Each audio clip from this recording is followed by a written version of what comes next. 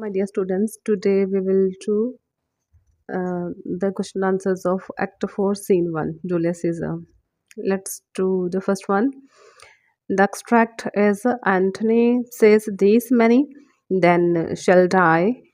These names are pricked. Octavius, your brother too, must I consent to you? Lapidus, Lapidus, I do consent. Octavius, prick him down. Antony, Lapidus says, upon condition Publius shall not live, who is your sister, the son Mark Antony. And the first question is, what is meant by their names are pricked? Why are these names pricked? What does this show regarding the custom of Elizabethan times? And the answer is, it means that their names have been marked or listed for execution. Their names are pricked because they are considered enemies. This practice reflects the custom of Elizabethan times when lists of condemned individuals were often created before executions. It demonstrates the ruthless nature of political power struggles during that era. Okay. The second question, what was Antony's reply to the condition put forward by Lepidus? What does Antony ask Lepidus to do then? Why? And the answer is, Antony agrees readily and tempts his own nephew Publius with a spot, saying, he shall not live. Antony asks Lepidus to go to Caesar's house to fetch his will to see how they can save money by cutting off some charges and legacies. Number 3 is, what opinion does Antony hold of Lepidus? What does he propose to do with him after making use of him? And the answer is, Antony holds a low opinion of Lepidus, describing him as slight, unmeritable man and a barren spirited fellow. He sees him as a mere instrument for achieving power, someone to be used for their own purposes.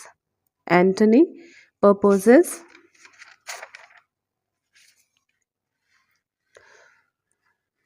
to use Lepidus to carry out their mean work and take the blame for unpopular decision, after which they plan to force him to retirement. Question number 4 is, why did Antony send Lepidus to Caesar's house? Which characteristic trait of Antony is revealed here? Antony sends Lepidus to Caesar's house to fetch his will, to see how to raise money and cut some charges in legacies. This section reveals Antony's cunning, shrewd, and manipulative motive, as he uses Lepidus to obtain Caesar's will in order to falsify accounts for his advantage. Last question of the passage. State briefly the comparison hinted between Brutus and Antony in this scene.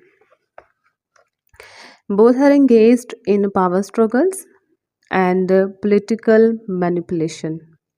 While Brutus is portrayed as honorable but knave, Antony is shown as ruthless and hypocritical, playing with the lives of friends and relatives. He has no regards for friendship or principles. Okay, this was Act 4, Scene 1. Now Antony says, he shall not live. Look, with a spot I damn him. But let us, you go to Caesar's house, fetch the will hither, and we shall determine how to cut off some charge in Lexis. Lapidus, what shall I find you here? Octavius, or here or at the capital. First question is, where are the three persons? What have they formed? Who shall not live? Answer is the three men Antony, Lepidus, and Octavius are in Rome in Antony's house. They have formed the second triumvirate. Publius, Mark Antony's sister's son, shall not live. Second question is, on a previous occasion, Antony has referred to Caesar's will when talking to the Roman citizens. Show the contrast between that reference and this. Answer is, previously Antony sounded most generous, referring to Caesar's will when addressing the Roman citizens, stating it contains generous request and served as testament to Caesar's generosity. In this extract, he mentions the will again, but with a different intention to cut off some legacies mentioned in the will, indicating a more pragmatic and self serving approach. Third question is, explain the meaning of determine and charge. What trait of Antony's character is shown in lines 3 and 4 of the given extract? Determine means to decide or settle upon a course of action, while charge means the financial obligations or expenses mentioned in the legacies. Antony's character trait of pragmatism and cunning is shown in lines 3 and 4 as he focuses on finding ways to reduce the financial burden mentioned in Caesar's will for their own benefit. Next question, what does Octavius say in defense of Lepidus to Antony? Octavius says that he is tried and valiant soldier, means he is a great soldier who has given a good account of himself. Last question, state the three things that Antony says about Lepidus after his departure. What does it show about Antony's character?